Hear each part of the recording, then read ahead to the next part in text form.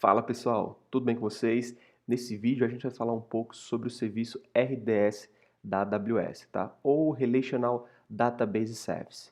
Ele é um serviço totalmente gerenciado pela AWS, ou seja, a gente não precisa configurar uma máquina ou instalar algum software numa máquina, ele é totalmente gerenciado pela AWS e ele é útil ali para a gente gerenciar ou criar bancos de dados relacionais, tá bom? Então, alguns dos bancos que a gente consegue criar aqui com o RDS é o MySQL, MariaDB, Postgres, tá? Oracle, SQL Server, entre outros. Inclusive, a AWS tem o seu próprio banco de dados que eles chamam de Aurora, que ele é totalmente compatível ali com o MySQL e com o Postgres, tá bom? Então, vamos lá para o nosso console da AWS, vamos lá criar o primeiro serviço aqui com o RDS. Então, vamos aqui abrir nosso console. Tá, então aqui a gente está no console, a gente vem aqui no pesquisar e vai digitar RDS. O primeiro serviço que aparecer aqui, a gente já clica nele, tá bom? Abriu aqui a telinha do nosso RDS.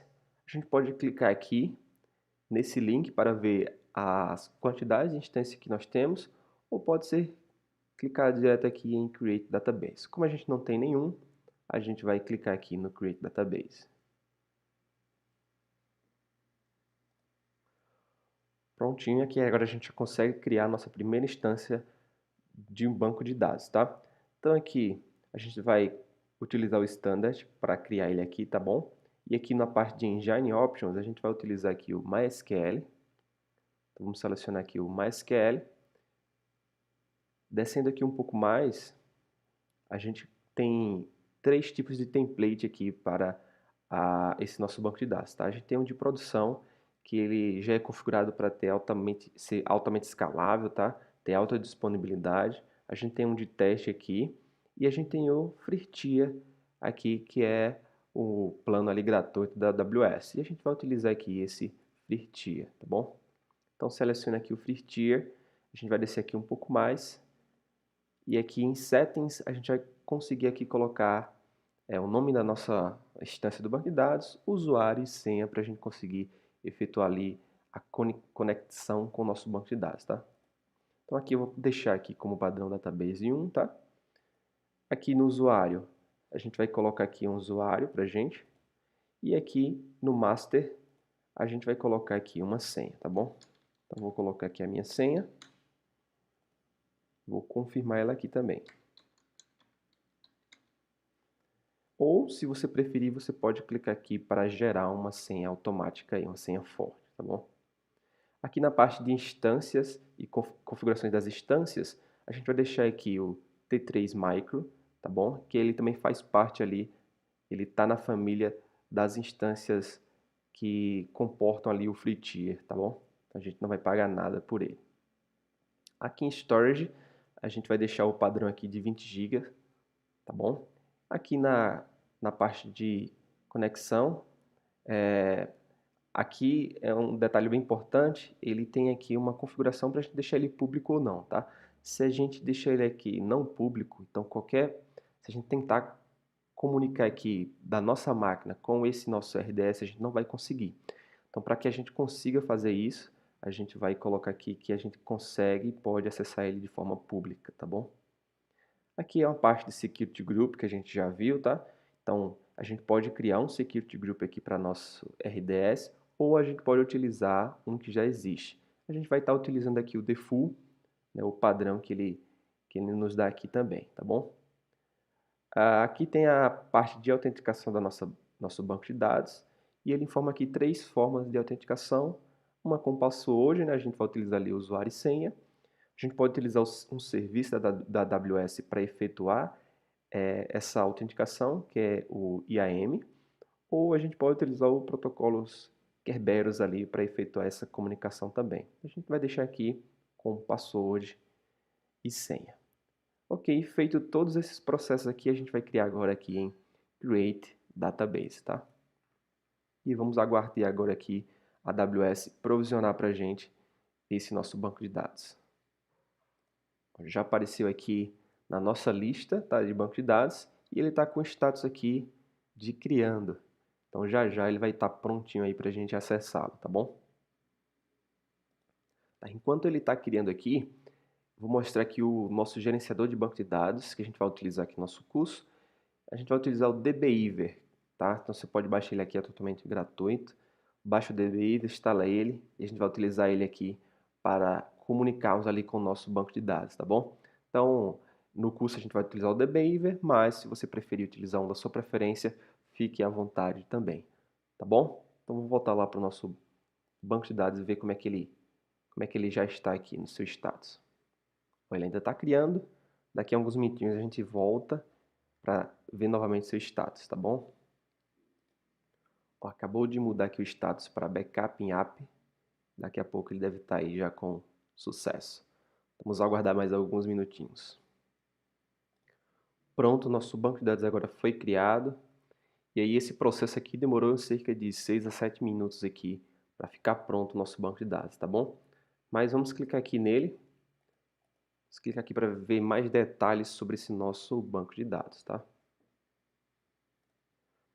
Carregou aqui as suas informações, aqui a gente consegue pegar aqui o endpoint, tá? Do nosso banco de dados, a porta, como é MySQL, a porta padrão é 3306 e a gente utilizando ali o nosso usuário e senha, a gente consegue efetuar a conexão ali com o nosso banco de dados. Então, vamos abrir o DBIV aqui e vamos tentar efetuar essa comunicação, tá? Vou copiar aqui esse endpoint. Vamos abrir aqui o nosso DBIver, tá? Aqui no DBIver, a gente vai clicar aqui nessa tomadinha no canto superior. Vamos criar uma nova conexão com o banco de dados MySQL, tá? Clicar aqui em avançar. Aqui em host, a gente vai colocar aquele host que a gente acabou de copiar, a porta 3306, usuário, nosso usuário, e a senha que a gente definiu lá nas configurações, tá? Feito isso, a gente pode clicar aqui em Test Connection para verificar se essa conexão vai funcionar, tá? Vamos deixar ele aqui tentando efetuar essa comunicação. Então, nosso DBIV tentou comunicar lá com o nosso RDS e não conseguiu, tá? Deu timeout aqui. Então, a gente vai voltar lá no nosso banco e a gente vai ver o porquê de a gente não conseguir aqui efetuar essa comunicação. Como a gente tinha colocado o Security Group aqui default, por padrão, o Security Group aqui do nosso RDS, ele vai permitir somente serviços que estão também com esse mesmo Security Group. Por isso que acessos externos ele não conseguiu, mas a gente vai aqui liberar essa nossa porta 3306 para acesso ali externo também. Então, cliquei lá no nosso Security Group, tá? Então, aqui no RDS, cliquei aqui no nosso Security Group default, abri aqui o nosso Security Group, a gente vai descer aqui para nossas regras de entradas aqui, tá bom? E aqui nas regras de entrada, a gente vai clicar aqui no Edit Inbound Rules. E aqui a gente vai adicionar mais uma regra, tá? Então, clica aqui em ADD. A porta que a gente vai utilizar é 3306, tá? E aqui, veja que essa primeira regra deles, daqui do nosso RDS, ele era permitido apenas o source aqui para quem está nesse mesmo Security Group, tá? Se a gente comparar esse Security Group aqui, é o mesmo do que a gente está configurando aqui. Então, ele permitia somente outro serviço que esteja utilizando também esse mesmo Security Group. Então, a gente vai adicionar mais uma regra, liberar aqui a porta 33 para qualquer acesso, tá? Então, lembrando que isso aqui a gente deixa de forma temporária, tá? Apenas para a gente fazer alguns testes. E a gente remove isso porque isso aqui é uma falha, tá? Senão a gente vai deixar o mundo externo acessar o nosso banco de dados. Então, quando a gente tiver com um banco aí em produção, a gente tira essa nossa linha aqui customizada que a gente acabou de adicionar e deixa essa daqui. E aí, quando a gente estiver utilizando outro serviço, vamos supor aqui um EC2 que comunica com esse nosso banco de dados, a gente coloca esse mesmo Security Group aqui no nosso EC2, que aí a comunicação vai funcionar perfeitamente também, tá bom? Então, vamos clicar aqui em salvar. Prontinho, as regras do nosso Security Group foram aplicadas corretamente. Então, vamos voltar lá no nosso DBIver e vamos tentar uma conexão aqui novamente. Clicando aqui em Test Connection. Ele conseguiu aqui conectar perfeitamente com o nosso banco de dados. Vamos clicar aqui em concluir. Ele já vai abrir aqui uma conexão para a gente vai expandir aqui. E aqui em banco de dados, ele só tem um banco de dados criado. E a gente pode criar aqui um banco de dados, né? Clicando com o botão direito, Create New Banco de Dados. E aqui a gente pode colocar o nome do banco de dados que a gente quiser. Colocar um teste e clicar aqui em OK. Pronto, temos agora aqui o nosso banco de dados criado e a gente pode utilizar ele aí da melhor forma, da forma que a gente achar melhor. Tá bom? Então é isso, pessoal. Espero que tenham gostado do vídeo até aqui. Forte abraço e até a próxima aula.